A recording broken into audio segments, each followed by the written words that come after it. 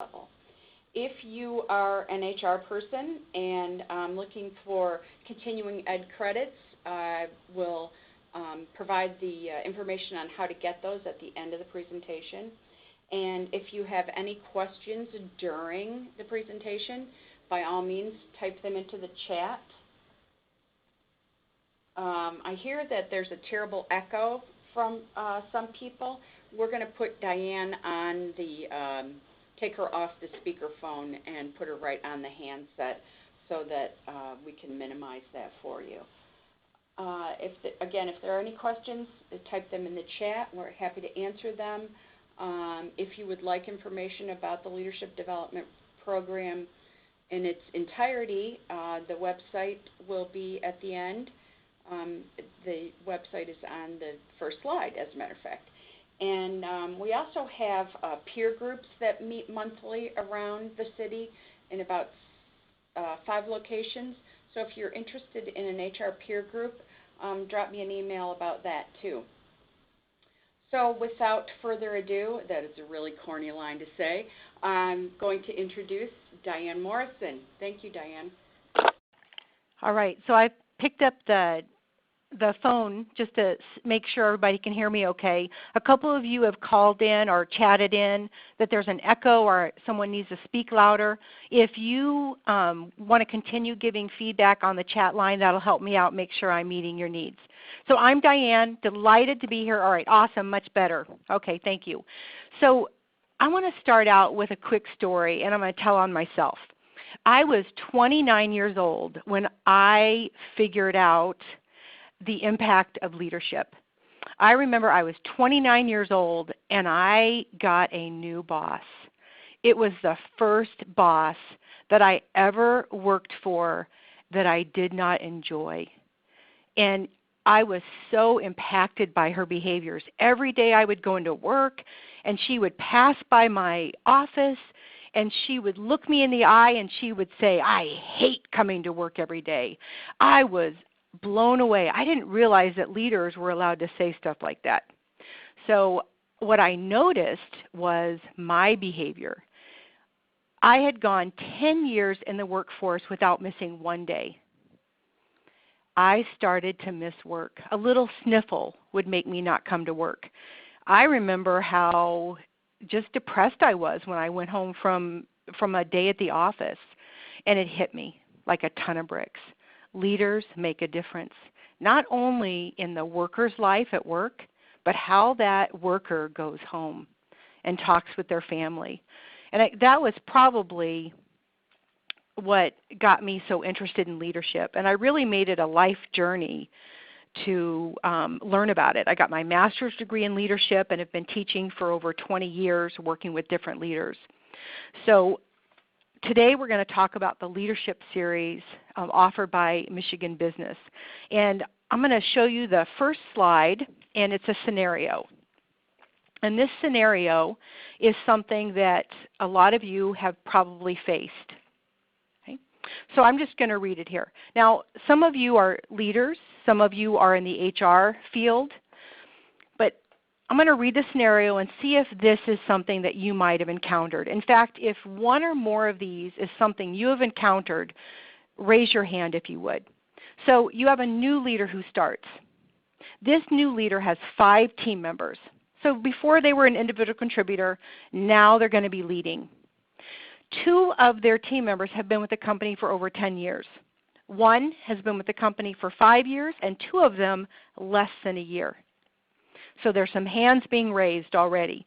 So here's the challenges that are possible. Now there's lots of successes with this team as well, but we're going to focus in on the challenges today. That's what we want to help people with, those challenges.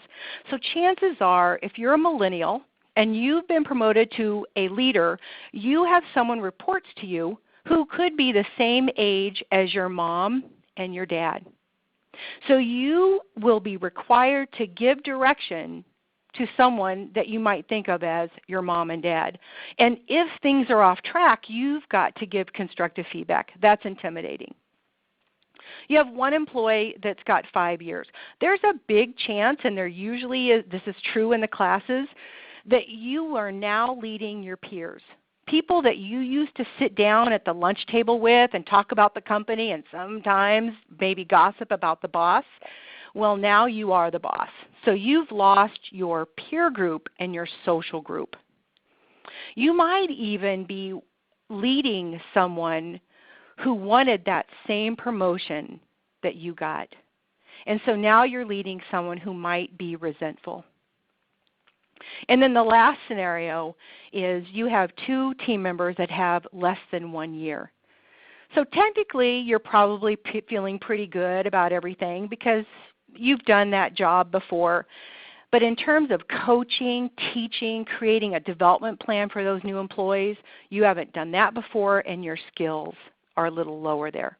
So use that raised hand. I know a lot of you were already raising, but if you've had any of those things happen, just kind of raise your hand. I think we had 4 or 5 at one time, but definitely something that's common. So what I want to do is tie in the leadership series at Michigan Business to what you're going to be, what the leaders who attend are going to, you know what, let me go back. Sorry about that. All right. So what I want to go over first is, you know what, I'm going to skip to this slide and show you the leadership series. Yeah, because what I want to do is tie in, how does the leadership series at Michigan Business tie into some of those challenges that we just talked about? And I know I just talked about a few challenges. There are many more that every leader faces. So it's 6 classes in the series, but there's 7 topics. The first topic that we talk about in the series is the DISC assessment, and it's a personality profile, and it's very powerful in helping leaders discover or just increase their awareness about their own style. And then it also introduces 3 other styles and with names. So that way a leader gets better at understanding themselves and at understanding other styles and adapting to those styles. The DISC assessment is nice as well because we do the management version. And in that day, we look at different styles, working with different styles of team members under delegation, motivation, developing others, and upward management. At the end of every session, we have an action plan that's built. So they're going to be applying. They have 2 weeks to apply that action plan, really take a look at what they wanted to learn and if they learned it. And then they come back, and the first 15 minutes of every session is always focused on what did you learn, what did you apply, and what did you learn. And there are some pretty amazing success stories. So the second session, everybody comes back, and we talk about delegation and feedback. Delegation is one of those overlooked skills. It's something that we just think should be natural for every leader, and it is not. I remember when my first leadership role, I just thought that you pointed, you told someone what to do, and then you walked away and it was done. Absolutely farthest from the truth. I learned that one the hard way.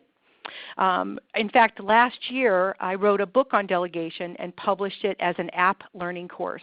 And every participant in the course gets that app so they can continue learning and applying those great delegation skills. That same day, because we do 2 courses in that second session, we do delegation and then feedback. And usually as an individual contributor, someone without direct reports, you're not really required to give feedback. And typically we give it very gently, and we don't give a lot of constructive feedback as an individual contributor. That's not always the case, but a lot of times it is. So when I become a leader and I have to give that constructive feedback, it's a whole new ball game.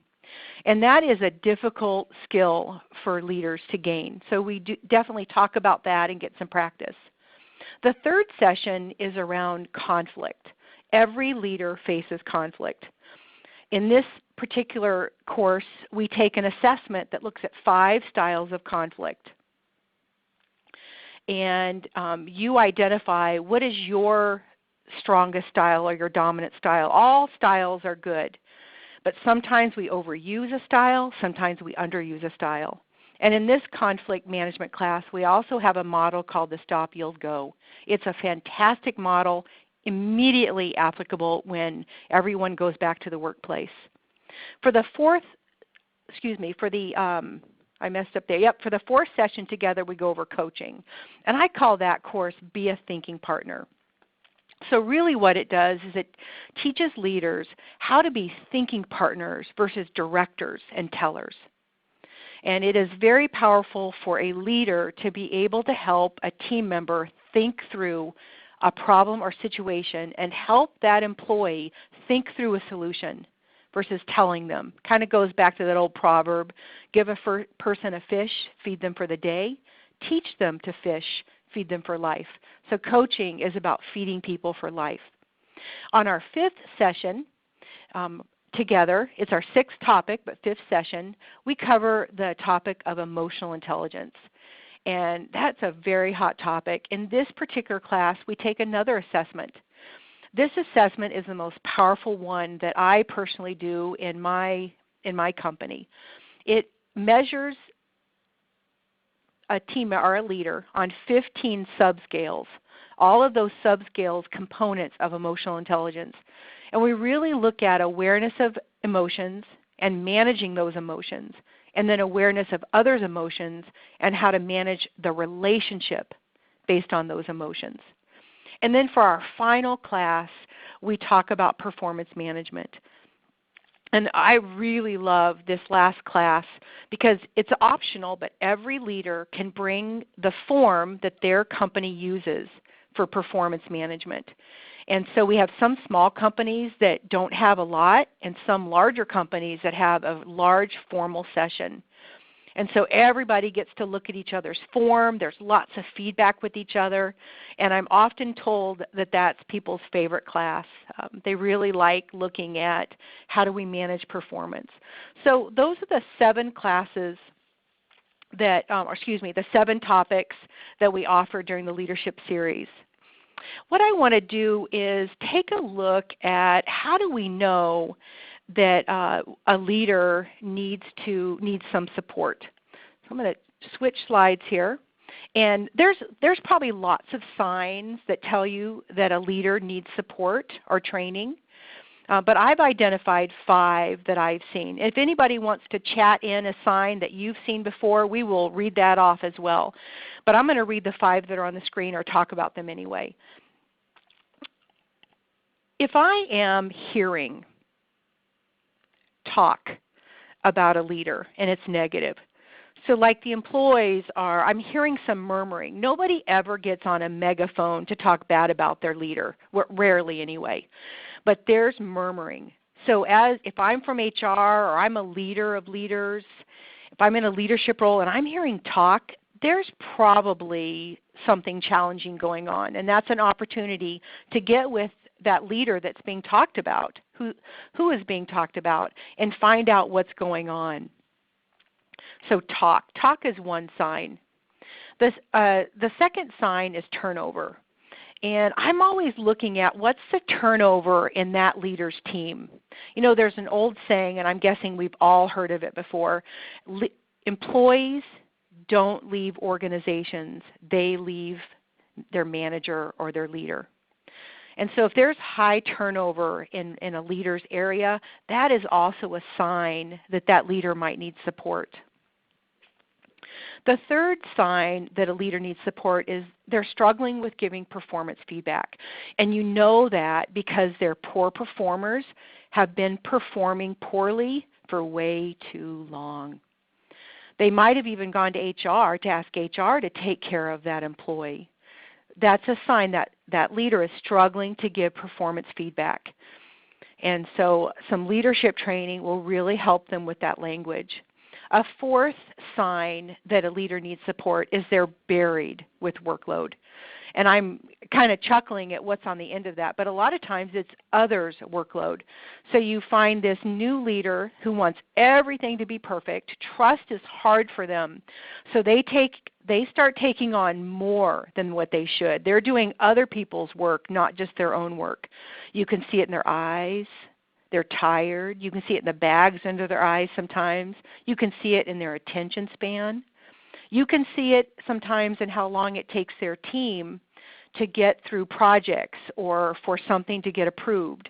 If this leader needs to look at everything, sometimes they can be a roadblock. So that's a fourth sign. The fifth sign that a leader needs support or training is they're out of touch. They don't know a lot about their team members. They might not be able to tell you what their team members' goals are for their developmental goals. They don't have one-on-one meetings with their team. They don't know what their team members are working on. And oftentimes they've lost touch of priorities. They're working on anything that comes across their desk, and it's the latest thing. So those are 5 signs that you have a leader who really needs some support. The last thing that I have on the slide is what I really believe in truth, and to get something new, is if somebody's new in the leadership role, they need help. Don't wait for it. That's like waiting for the roof to leak before we replace it. Lots of damage gets done. So if somebody's in a new leadership role, they need support. It's a tough job. So again, if anybody else has a sign that you think is important, if you type that in, we'll read it. What I'm going to do next is I want to talk about maximizing the leadership development. So you've identified a leader or 2 or 3 to go to the leadership series. There are some things that you can do to maximize their development. And the strategies that I'm going to share with you have been tried and true. I think I've worked with over 50 organizations on leadership training. And some organizations really get every drop they can out of maximizing their development. And some companies choose to do, or for whatever reason, aren't able to do a lot to really help those leaders take that information and apply it. So these strategies have been implemented before and tend to be very successful. So the first, let me put the slide up here. Okay. So the first bullet point there is, and these are all actions that you would encourage the attendee to do. So whoever is attending the leadership series, these are things for them to do. And you can suggest this before the session. You can show them this slide. You can talk through it. But the first thing that I'm going to suggest is encourage the leaders who are attending the session to solicit feedback before they come to the session. The first person that they want to ask for feedback is their boss, their manager, their leader. And show their leader the topics they're going to be covering. Tell the leader, hey, here's what I want to learn from these topics, but then also ask for feedback. Hey boss, what do you think is a really important area here that you want me to learn? Now, I'm going to share something that's a little tricky right now, and it's pretty scary to do. But I'm going to suggest that leaders attending the session also get feedback from their direct reports. I remember I was on a plane one time going to teach a leadership session, and the person beside me was going to attend one. And we were kind of laughing. I was teaching, they were attending, not the same session. And we got to talking, and I said, or I can't remember who said it now, but one of us said, wouldn't it be interesting if I asked my direct reports what they wanted me to learn in this training session? And can you imagine, if everybody on this call went back and asked their direct reports, what would you like me to learn? I wonder what you would hear. We did a program with a company out in the East Coast, and we actually created interview questions. And every leader attending the leadership session went out and asked their direct reports an interview question, and every interview question was linked to a topic. So for example, one of the interview questions was, when I delegate to you, what do I do that really works for you? And the second follow-up question is, what's one thing that I could do differently that would even be more effective? So all the questions are safe and they're positive.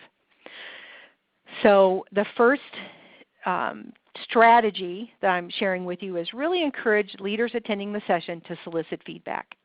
The second strategy is encourage leaders to bring examples of struggles related to the topic. So on the second session, we talk about feedback. And I always remind everybody, so at the end of one session, we talk about what we're going to talk about the next time, and then encourage everybody to bring examples.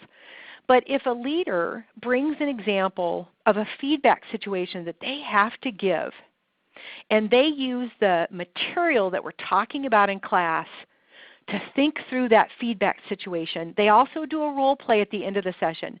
Can you imagine how much more successful they're going to be when they go back to the workplace and literally give that feedback? So the second strategy is bring examples so that the attendees can apply everything they're learning to their current struggles. The third strategy is discuss what was learned and the action plan after each session. So that leader who's attended the session, go back and talk with their manager. Hey, here's what I learned. Here's my action plan.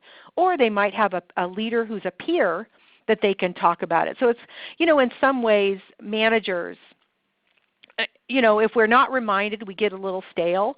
So that leader who's attended the session is kind of going back and doing a teach back and reminding that manager of all those good leadership skills. So the third one is talk about what you're learning and your action plan. The fourth strategy that we want to encourage leaders to apply when they're attending the leadership series is document what went well and what didn't.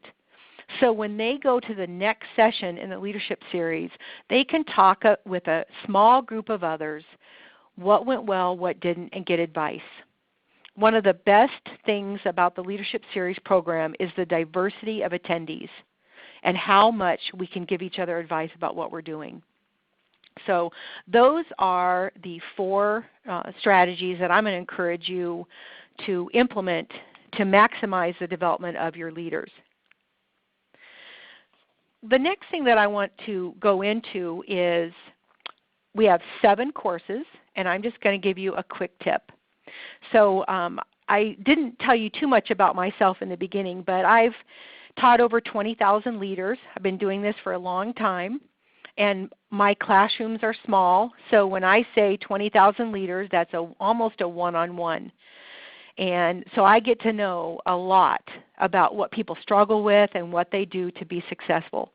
So the tips I'm sharing right now are just the strongest tip that I could think of that I usually try to tell everybody if they ask me for one thing. So we're going to start out with the DISC. And this is our first session, remember, DISC and leadership.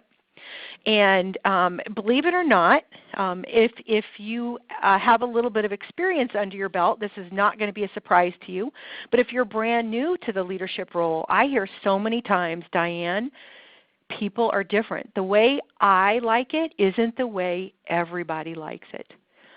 And the DISC is so simple and easy, and yet it's complex at the same time. But you can see on the screen there's the 4 styles. D, I, S, and C. And while that D really focuses on results and quick action, that S focuses on relationships and really thinking through things. And the C just wants a lot of accuracy. So they're going to be looking at things a little bit longer than sometimes that D is comfortable with. And the I is enthusiastic and fast-paced. So if you know who you're talking with, you can adapt your style and maximize the relationship with your team members. So that's the first tip there. We're not all the same, and we need to pay attention to that. The next course that we look at is delegation, and I often give this tip, mainly because micromanagement is probably one of the biggest struggles. It's not, certainly the manager struggles with being a micromanager, but try being the employee and being micromanaged. Absolutely disengaging. So the biggest tip that I give leaders is when you're delegating to somebody, agree on the follow-up at the time of the delegation assignment. Don't just pop in and say hi. Really agree on and think through when the best time to follow up is, and also what method, phone call, person, etc. The next topic is feedback. And we do an experiment in the class. So if any of you are coming to the class, you have to kind of close your ears for a minute. But we do an experiment where we take a look at what's your number one challenge to giving feedback. And everybody writes a challenge on a Post-it note, and then we put it up on the front chart. And on one side of the chart, it's giver, and one side of the chart, it's receiver. 90% of the responses are about fear of the feedback receiver, the person who's receiving the feedback, the fear of how they're going to behave. They're going to get defensive, they're going to get angry, etc. Yep, they might cry. So when we realize that our greatest fear is how the other person will respond to our feedback, we also talk about what do we do to make feedback more powerful and less of a defensive reaction. The next session that we have, remember we're on our third session now, is conflict. And I talked about the assessment and the 5 styles, but my favorite model is the Stop, Yield, Go model. It's so easy. And the lesson that I'm going to leave you with on conflict is always assume positive intent. When we're in a conflict situation, assuming negative intent will get us into trouble. It usually does not help us resolve the conflict in a way that we can both have a relationship afterwards. I remember, and I often tell this story in class too, so if you come to class, you got to hear the story twice. I was teaching a conflict class, and one of the participants in the class, I'll call her Samantha. Samantha was really mad. I mean, she was so mad. We were working on our conflict situations just like everybody does in the class. And she was so mad. I remember walking over there, and she's like, Diane, I cannot believe my husband. I mean, she was divorce mad. She was so mad he was going to buy a boat. It was probably like around March or April, income tax return time. And he wanted to spend the money on buying a boat, and she wanted to save the money.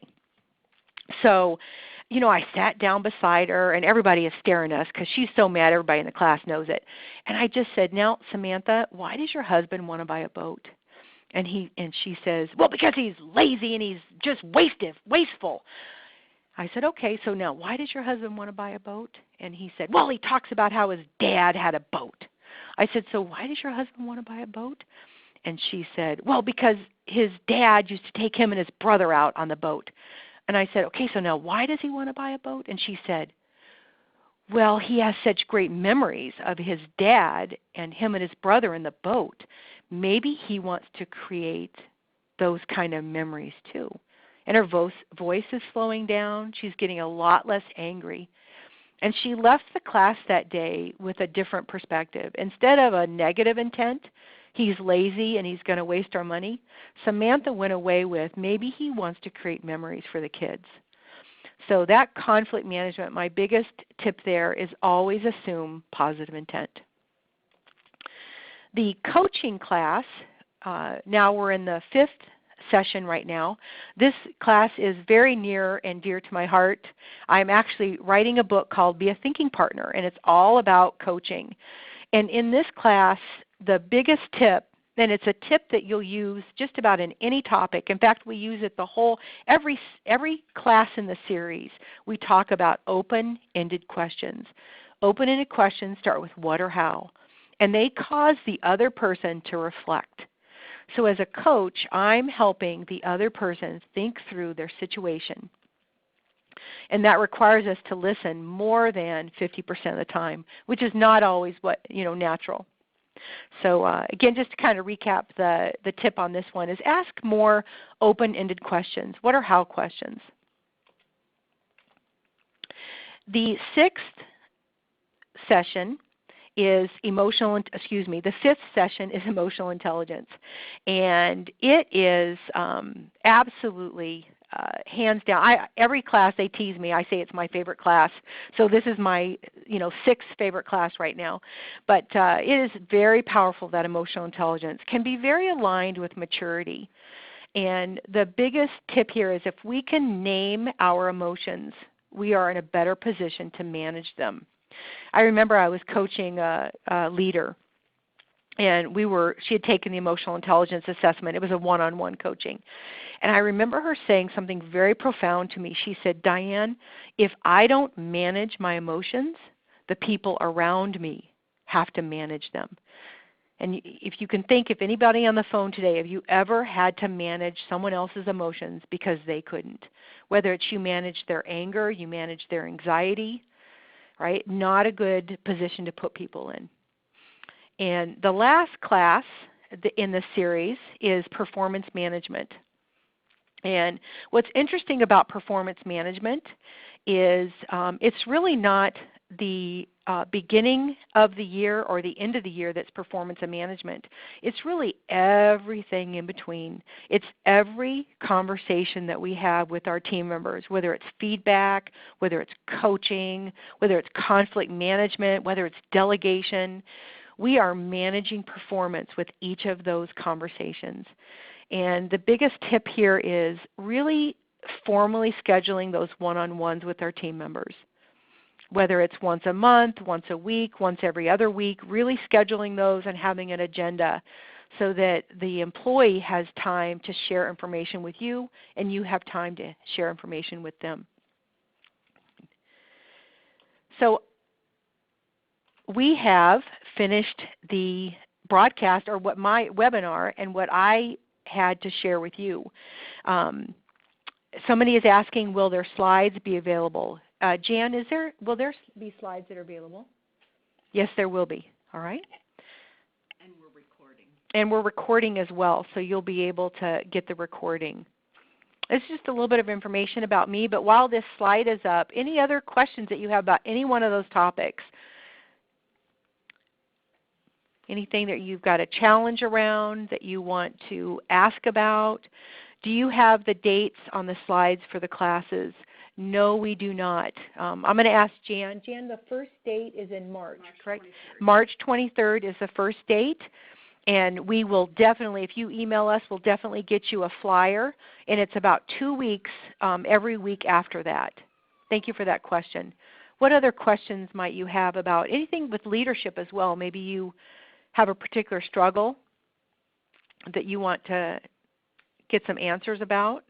Diane, what kind of questions does the emotional intelligence assessment ask? Yeah. Jan asked, what kind of questions does the emotional intelligence questionnaire ask about? This particular instrument is very interesting because it gives you word choices. And it's been tested over and over. And those words are associated with different emotional intelligences. But a couple of the subscales, I'll tell you about the subscales. Like one of them is empathy. Believe it or not, decision-making is a huge component of emotional intelligence. This emotional intelligence even looks at happiness. It looks at self-regard, how I look at myself. So they're very powerful. It's the most powerful instrument I take, and it gives you some really strong insights. And I have another question up here. I'm a company trainer. I don't really have direct reports. Would this still benefit me? Absolutely. And I'm not sure what kind of training that you do, but you, depending on what kind of training you do, you might even be able to give insights to others and add to the tips that are provided in the class. You really, in the leadership series, you bring the examples you want to work with, so the class in that way is customized to you. But understand the room is full of leaders and they're talking about their leadership challenges. And so as long as you're able to contribute to that, you will be more than fine. Sometimes we have really high-level leaders that don't have direct reports, but they have a high level of impact in their organization. They're still in a leadership role, they just don't have a lot of direct reports. So any other questions or comments? The other thing that we did last year is I came early. So the session started at 9, and I would come to a diner in the area around 7. And we'd have a leadership breakfast. So if you had something personal that you wanted to talk about, I was always there, and we would eat breakfast and talk through any challenge. We have another question. What is the percentage of people, women who have to start in entry-level positions that have management leadership degrees? Oh, without practical management experience. I'm greatly concerned about moving into management because of this. You know what? Very, very few people go into a leadership role with any education around management or leadership. And it's really learned through experience. I do suggest, though, that grab some books. Look at Amazon.com or wherever you choose to look, and just look at the different leadership books and read that table of contents. That's how I actually learned. most of my leadership skills in the beginning. We didn't have training for my company, but I knew I needed help, and I went and got every book I could get. We have another question. How long are the classes? They are from 9 in the morning until 4 in the afternoon. So we go every day from 9 to 4. Lunch is served. And this year we're at Schoolcraft, so there are some high expectations for those lunches. Hopefully I'll have to be really active afterwards to keep everybody going, which usually it's the culinary school. That's right. So and they're every other week. And they're every other week, and from 9 to 4. One full day. Yep. And the only day that we have 2 topics is the second session, and we have feedback and delegation those days. All right. Almost everybody is still on the line. So any other questions? Notice I haven't read any names, so I won't read your name if you have something that you've kind of been struggling with as a leader. I put us back on speaker again. Diane, one of the questions I've had in the past is it okay for more than one person from the same company to attend the classes at the same time? Mm-hmm. Yeah, and I'm going to speak on the speaker, so if you have trouble hearing me or there's echo, we'll take it off right away. You know, there is value in having a couple of people from your organization. I mean, I teach for organizations all the time where everybody is from the same organization. But what's nice about having a diverse mix is, one, you get different perspectives, but it is nice to attend with people from your company as well, because sometimes you can get feedback from them. If they've worked with you, and let's say we're on the topic of delegation, you can ask them for their feedback. You know, what have they seen you do? Or you might know someone that you're struggling with and the other person from your company knows that person. We don't want to gossip or talk bad about anybody, but we can get some tips about how to work with someone that we're having a challenge with. We have another question. What is the cost of the session? Do you take more than one person from an organization to attend? You know, the cost, I'm going to let you email Jan for the cost. I'm not sure of that. And I know if you are a part of MichBusiness, then there's a discount for that as well. And then do we take more than one person? Absolutely. One of the organizations, I won't say their name, but they usually send 3 or 4 people at a time. Most companies, believe it or not, send 2 people at a time, 2 or more at a time. And then, Jan, did you want me to? I will say that if you go to MichBusiness.com, as soon as you get to that first page on our website, it shows leadership development classes. You click on that, and the pricing is all along there. Again, if you aren't a member of MichBusiness, there is a free membership called Explorer, and you can join now, and you get that discount. So that's a little known tip that give to our webinar attendees today. I have another question. Will you offer your training on Saturdays in the future? You know what? If enough people wanted a Saturday class, we probably could do that. There would have to be probably pre-enrollment for that one. You know, for those, especially in the summertime, is the worst time to do a Saturday class. But you know what? If you and enough people would want a Saturday class, that might absolutely be an option. You're welcome. Somebody just said thank you. So, any other questions or comments? We've got quite a few people still on the line. So, one of the other assessments, you have DISC and emotional intelligence, and what was the other assessment? Conflict management. Okay, and what kind of questions does that one ask? The conflict management assessment looks at 5 styles of handling conflict, and each one of us tend to have a dominant style. We probably use all 5, and all 5 are good, but we tend to use one over the other. So some of us tend to be more compromising. Some of us might avoid conflict a little bit more. Some of us might be more collaborative or accommodating, and some of us tend to use a more competing style. And our environment very much influences what kind of conflict style we use. And if we're not careful, we'll have a default style. So it's just the one we go to versus really thinking about it. And what we want to do is think about it. Are any of these assessments available standalone, or they're only part of this class? Yeah. Each assessment that is delivered in the leadership series is really you have to be part of that association or certified. So, I mean, other people deliver the assessments, but they have to be certified as well. So they're not necessarily like you can read them in Vogue magazine, those kind of assessments. They're pretty serious. They're certified. They're validated. There's a lot of work that went into create the assessment. So it's not something you're going to log into and take No. online. Yep. Okay. We have another question. Can you tell us the dates available for classes and whom should I contact? Contact Jan Hubbard, and the first one is on March 21st. 23rd, March 23rd. Then we've got April 6th, April 20th, May 4th, May 18th, and June 1st. So every other week. And you would contact Jan, or you can sign up right on the website, correct, Jan? Okay. And the reason why we did every other week, number one, is so you can digest the information. And number two is a lot of smaller business owners were worried about people being out of the office, out of the company for a full day. We felt like it needed to be a full day to get true impact, and we felt every other week was good so that it wouldn't take away from your that much from your regular duties.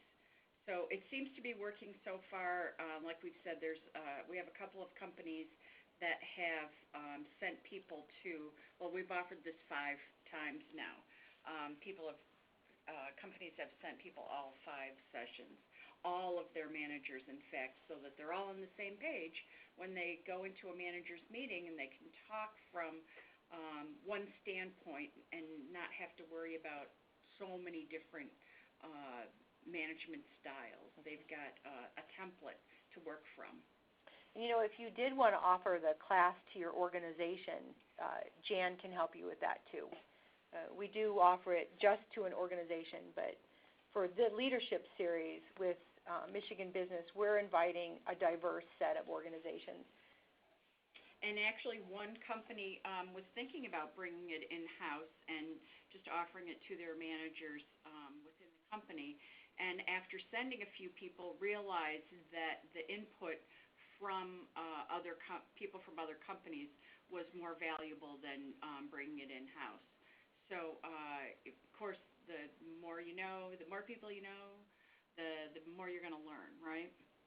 So we're happy to offer this, and I hope the tips that Diane gave us today stand alone, even if you're not interested in taking the class.